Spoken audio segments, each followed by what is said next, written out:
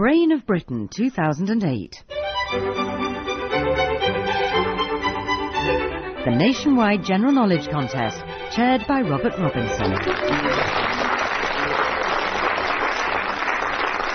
Hello again. We've reached the 12th and last of this year's heats, and with just one more guaranteed place left in the semi-finals, our foursome today will all be hoping to lay hands on that.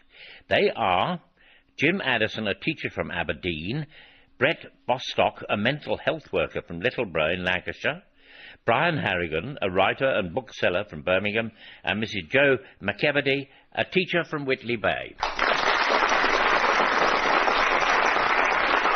I need hardly remind you of the rules. You each get up to 5 questions per turn, and 5 correct in a row wins you an extra point. And you're allowed 10 seconds to think about your answer. The first question is for Mr. Addison. What name did the writer John le Carré give to his best-known character, a retired intelligence officer who was portrayed in TV adaptations of Carré's books by Alec Guinness? Smiley.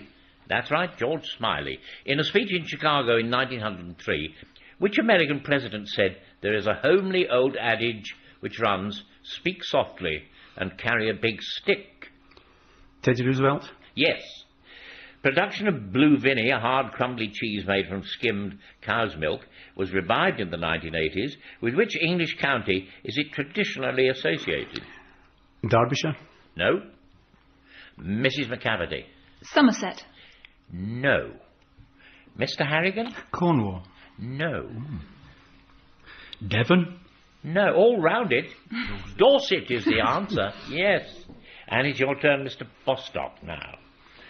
Which jockey at Ascot on the 28th of September 1996 became the first ever to win all 7 races in a single day? Franco di Torre. Yes.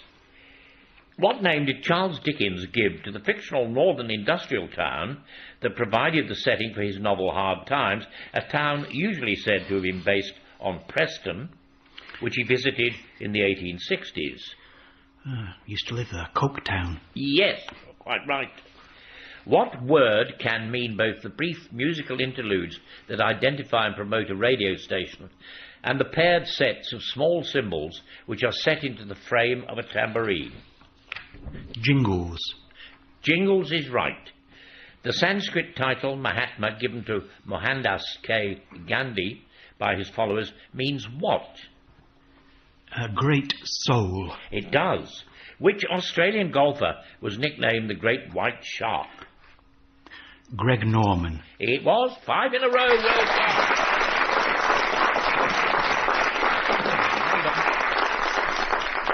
And you get the extra mark, and we move on to Mr. Harrigan.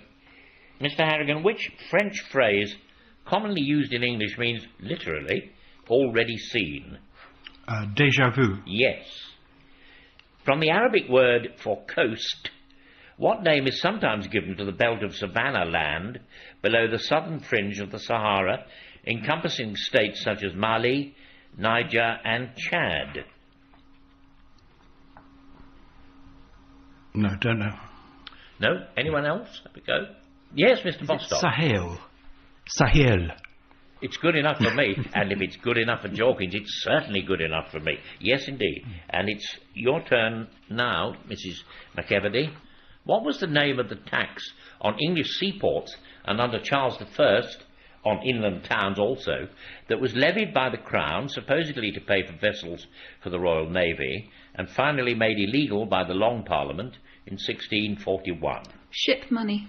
Ship money is right. And there was a member of the Evelyn Waugh crowd in the 1920s at Oxford, and he did no revision at all for his history finals, and in all the papers he answered only one question in a single sentence. It was about Queen Elizabeth and ship money, and the answer was, they wanted her to abolish ship money, but the splendid creature stood firm.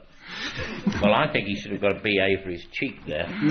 This is McAvedy again. Rex Harrison sang the Oscar-winning Best Original Song in 1967, namely Talk to the Animals from Dr. Dolittle. The following year, 1968, his son Noel repeated the feat with which song? I don't know. Don't know. Mr. Harrigan? Windmills of Your Mind. Correct, sir. But if Rex Harrison could sing, I'm Richard Tauber.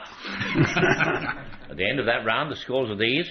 Mrs. McCavity has 1, 2 to Mr. Harrigan, 2 to Mr. Addison, 7 to Mr. Bostock.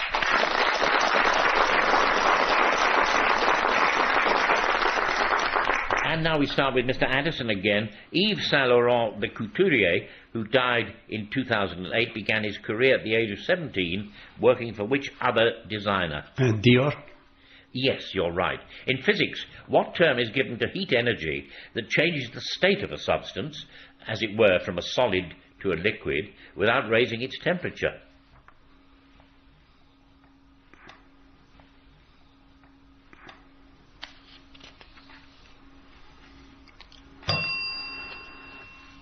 Out of time. Does anyone know the answer to that one? Oh, Mr. Bostock. Is it sublimation? No. Then I must tell you, latent heat is the answer to it. Now, Mr. Bostock, who is the heroine of the 19th century novel set in the West Country that opens with the words, "If anyone cares to read a simple tale, told simply"? Is it Tests of the D'Urbervilles? No. Mr. Harrigan? Is it Catherine Earnshaw? No. Mr. Addison? Jude? No. Mrs. McCavity, are you going to have a whack at it? Is it Elfrida Swancourt? No, it's Lorna Doone, in fact. And now it's Mr. Harrigan's turn. The mesosphere, at an altitude between 50 and 80 kilometres above the Earth's surface, lies directly above which other atmospheric layer? Stratosphere. Yes. Now, we'll have a piece of music. The composer of the following piece of music was also nominated for an Oscar for his score to the Laurel and Hardy comedy Way Out West in 1937. I think this piece will be very familiar indeed to any fan of Laurel and Hardy. You have to do is tell us the title of the piece, which was specially composed for their films.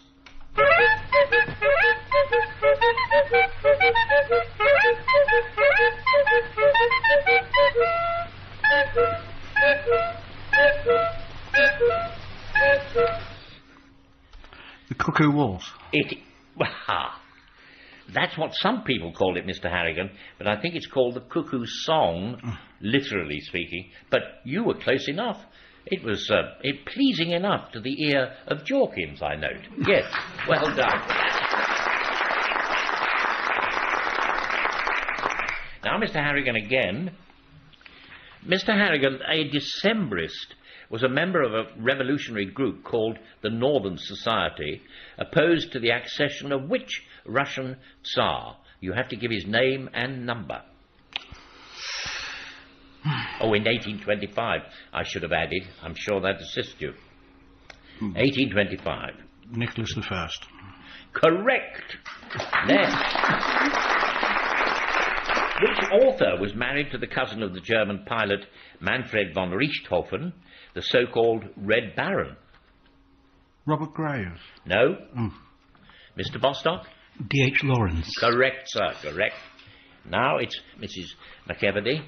What name was given to the republic that seceded from Nigeria in 1967 and lasted until 1970, officially recognised by only a handful of other countries?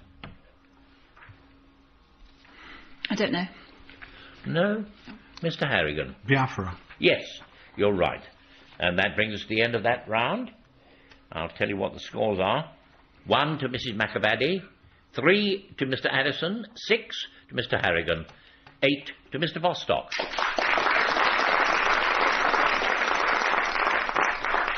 Mr. Addison, which computer company was founded in the 1970s by Steve Jobs and Steve Wozniak? Apple. Yes, you're right. What was the subject of the Robbins Report published in the UK in 1963? The railways. No. Mr. Harrigan? Coal industry. No. Mr. Bostock? Higher education. That's correct, sir. The universities or higher education. It recommended the expansion of the existing university system, the creation of 6 new ones. Now it's Mr. Bostock's turn. What name is given in Freudian psychology to the energy of the sexual instinct emanating from the id? Libido. Correct. Asif Ali Zardari took office as president of which Asian country in September 2008? Pakistan. Correct. The most recent American vice president to become president after winning an election in his own right is George Bush Sr. in 1988. Who is the most recent vice president to become president without an election? Gerald Ford. Yes, of whom it was said he had difficulty finding his own backside using both hands. Yes. Rather hard on him. Your turn again, Mr. Bostock. What kind of factory, the first in Britain, was opened in Bermondsey in 1812 by the firm of Donkin, Hall and Gamble, the company eventually gaining contracts to supply food to British naval forces whilst at sea? Is it the first canning plant? A canning factory is right. Over the years, the BBC has adapted many of the ghost stories of M.R. James for television and radio. Can you give us either one of his forenames? Richard. No. Mr. Addison? Rhodes. Rhodes is one, that's his second name, and Montague was the first. Well done. Now, Mr. Harrigan, what's the title of the story by M.R. James in which a picture comes to life revealing a young child's apparent capture by a corpse? Whisper and I'll come to you. No. Another jolly good one, if you ask me. Mr. Bostock? It's not the turn of the screw, is it? No. No. No, I have to tell you then, it was the mezzotint. That's the answer. Now, whose turn? Mrs. McEvedy. Helen Porter Mitchell, born in Victoria, Australia in 1861, became better known to the world by what name? Nellie Melba. Yeah, famous for making final appearances. Took her about 4 years to actually get off the stage. And I wonder if you knew that her stage name was based on the city of Melbourne. Oh, you knew. You're not silly of me trying to inform you when you should be really informing me. Yes, indeed. Your turn again. In a standard modern 3-pin plug in the UK, the live wire is usually identified by a coating of which colour? Green. No. Mr. Bostock. Brown. Brown is right. You better get that straight, Mrs. McAvey. Ooh. Doesn't bear thinking about. Now, the scores are these. 2 to Mrs. McAvey, 5 to Mr. Addison, 6 to Mr. Harrigan, 14 to Mr. Bostock.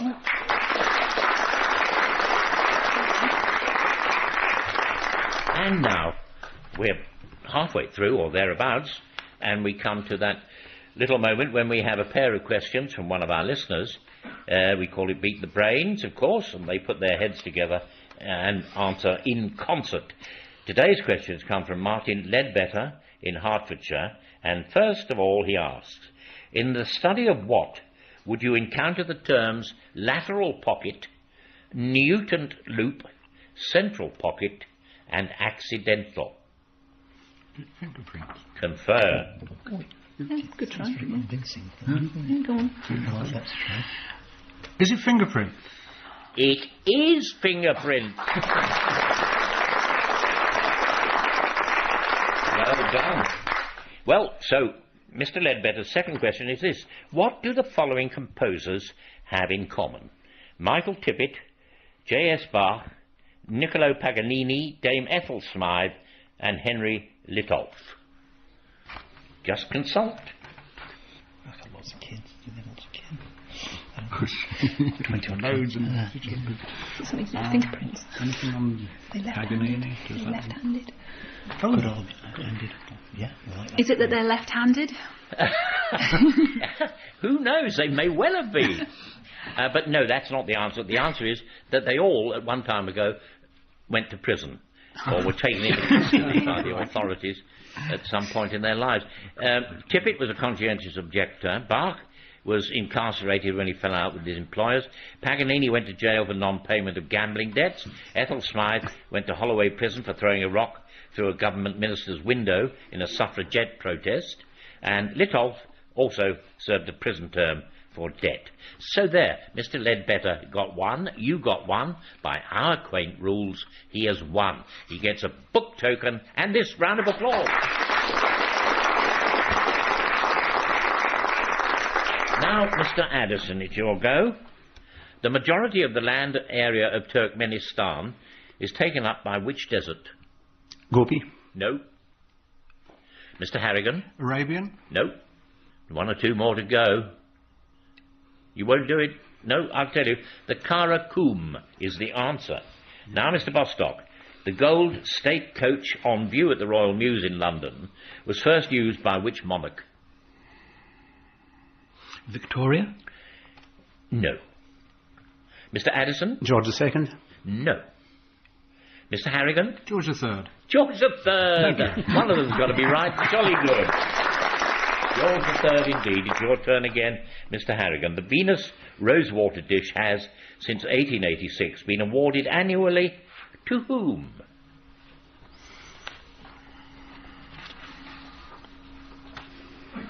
No idea. No. Mr. Bostock? Is it the ladies' winner at Wimbledon? Yes, that's it. Well done. The ladies' single champion. Yes, you're quite right. Now, Mrs. McAvady, Pauline, Petrova and Posy Fossil are the three orphan heroines of which celebrated children's novel first published in 1936. Ballet shoes. You're quite right, by Noel Stretfield. With which musical instrument do you associate Paul Tortelier? The cello. Yes. A famous legal case of 1932, known as Donahue versus Stevenson, is perhaps the key case in the law of tort. It involved the purchase of a bottle of ginger beer and an extra unwelcome item contained within it. That caused May Donahue to bring the action against Mr. Stevenson. And what was the item in the bottle? Was it a human thumb? No. That's a good idea, isn't it? Mr. Addison? A mouse. No. Mr. Harrigan? A piece of glass. No. Now, Mr. Bostock.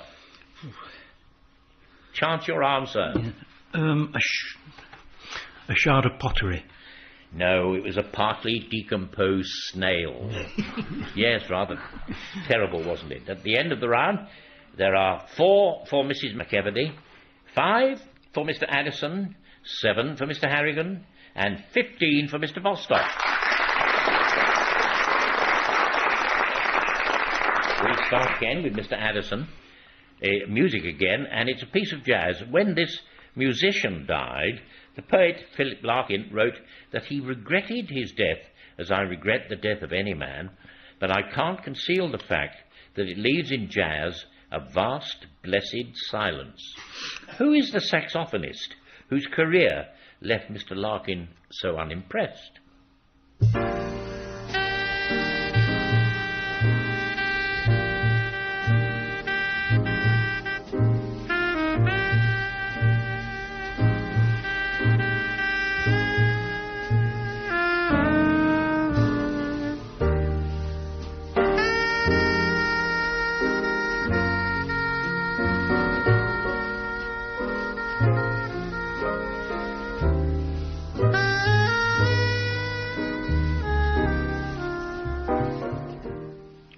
Now, who was the saxophonist? John Coltrane. John Coltrane is quite right. We heard his interpretation of Cole Porter's Every Time We Say Goodbye. I thought he sounded okay. Sounded all right to me. Larkin was grumbling about, but there, each to his own.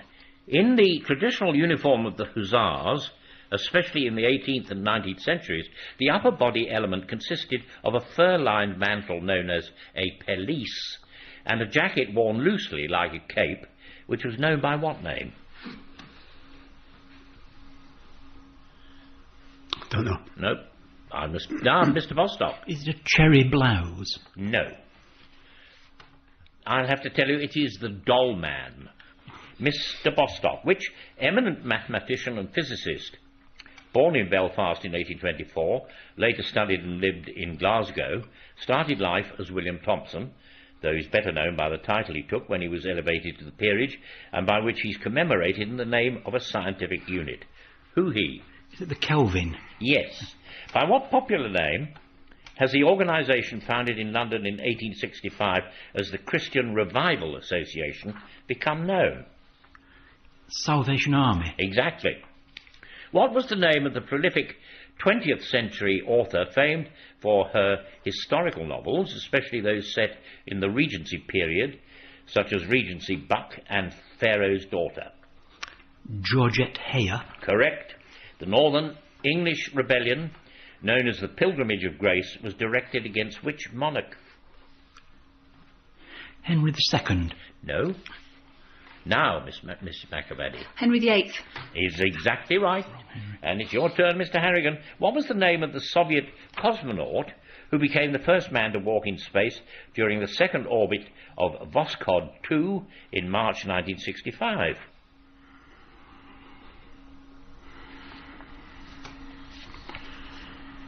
Leontov. No. Anyone else have a go? Titov. No. No, Miss Bostock. Shall I tell you then? You were so close to it, Mr. Harrigan. Leonov. But you intruded a T, I think. I didn't even have to look at Jorkins. I knew it was wrong. But there, Mrs. McAvady, after the UK, Ireland and Denmark joined the European Community in 1973, the next country to join did so on January the 1st, 1981. Which country was that? Sweden. No. Mr. Bostock? Greece. Is correct. And at the end of that round, let's see how the scores stand. We have 5 for Mrs. McAvedy, 6 for Mr. Addison, 7 for Mr. Harrigan, 19 for Mr. Bostock.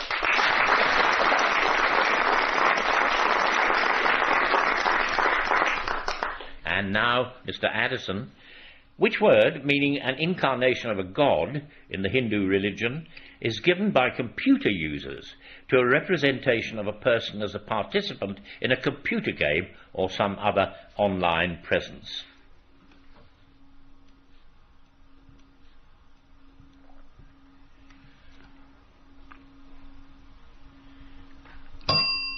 Mr. Harrigan. Avatar. Avatar is quite right. Mr. Bostock? In March 1969, John Lennon and Yoko Ono spent their honeymoon in a hotel room in the presence of the world's press, staging a bizarre kind of peace protest which became known as a bed-in. In which city did this interesting event take place? Toronto. No. Mr. Addison? Amsterdam. It did indeed. And now, Mr. Harrigan, the name of which branch of science, derived from the Greek for a household, was coined by the biologist Ernst Haeckel in the late 1800s?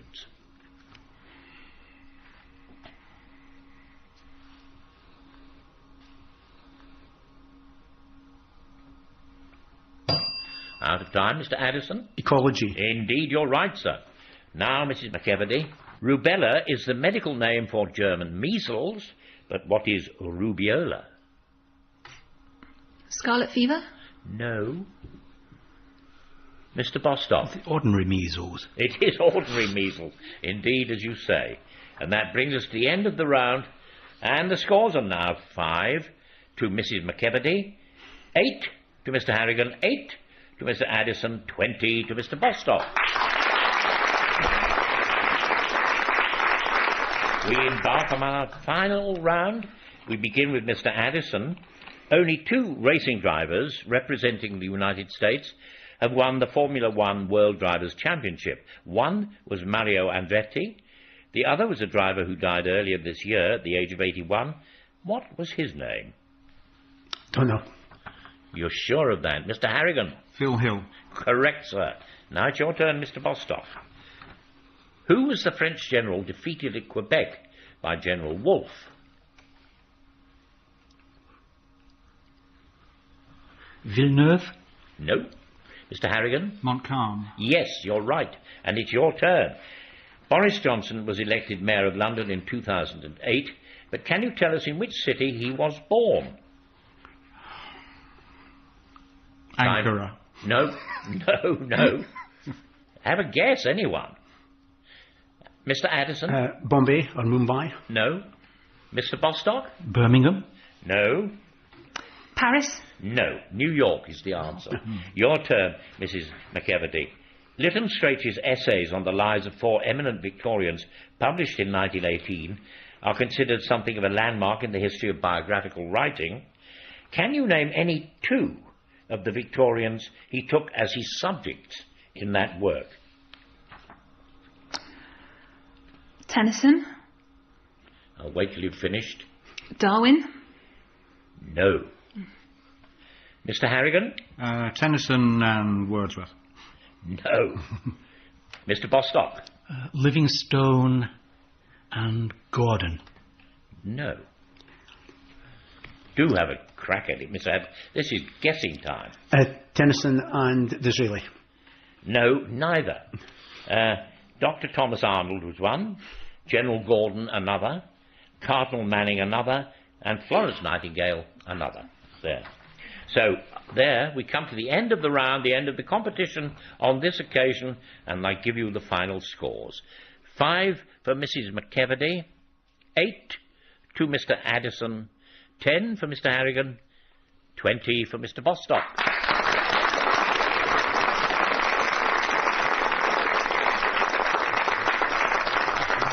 So, congratulations to Mr. Bostock.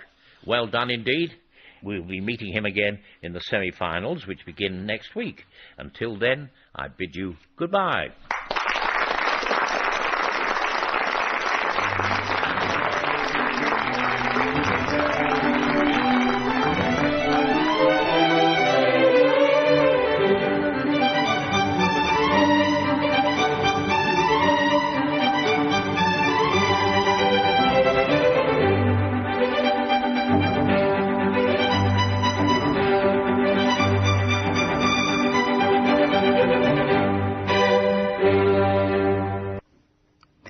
Brain of Britain 2008 is chaired by Robert Robinson and produced in Manchester by Paul Bajoria. If you'd like to request an application form to take part in a future series of Brain of Britain, or if you've got some ideas for questions that might outwit the contestants in Beat the Brains, then you can contact the programme via the Brain of Britain pages of the Radio 4 website. You can also hear this week's edition of the quiz again, this coming Sunday night on Radio 4 after the 11 o'clock news.